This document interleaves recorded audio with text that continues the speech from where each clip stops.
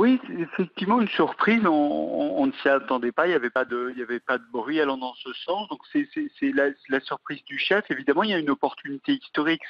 Vous venez de le rappeler, les 100 ans de l'entrée en guerre des États-Unis aux côtés des troupes françaises lors de la Première Guerre mondiale. Mais c'est évidemment la géopolitique, la géostratégie qui prime.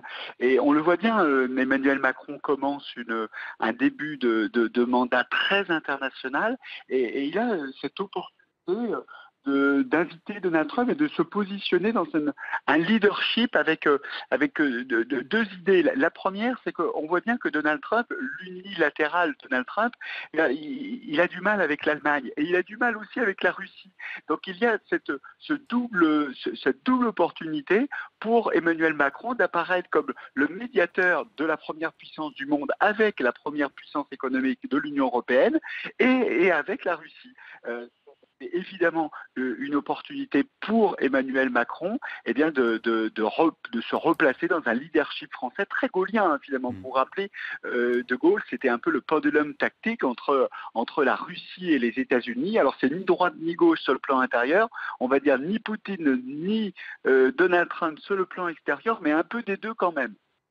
Par ailleurs, Emmanuel Macron et Donald Trump se disent prêts à travailler à une réponse commune en cas d'attaque chimique. On le sait, depuis hier, la Maison-Blanche a évoqué l'hypothèse d'une nouvelle attaque chimique qui serait en préparation par l'armée syrienne et s'est dit prête à réagir. Emmanuel Macron lui-même l'avait d'ailleurs indiqué devant Vladimir Poutine.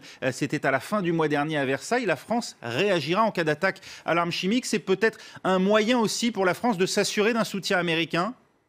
Oui, c'est surtout un moyen pour Emmanuel Macron j'avais parlé de ce souvenir gaulliste, mais de se réinstaller comme indépendant par rapport aux puissants, par rapport à la Russie, par rapport aux États-Unis. Et cette indépendance, elle passe précisément par le fait d'être autour de la table. Et je crois qu'Emmanuel Macron a vécu douloureusement la période précédente où les États-Unis ont laissé faire une partie de leur travail, notamment en Afrique, aux Français. Mais les Français, ils ont été tenus à l'écart d'un certain nombre de décisions, notamment au Moyen-Orient. Et ça, Emmanuel Macron n'en veut pas. Il veut que la France soit présent. Et finalement, l'absence de rapprochement entre la Russie et les États-Unis, sur le fond, vous le savez, de crise institutionnelle aux États-Unis, cette affaire russe qui touche le président américain, c'est une opportunité pour Emmanuel Macron de replacer la France dans cette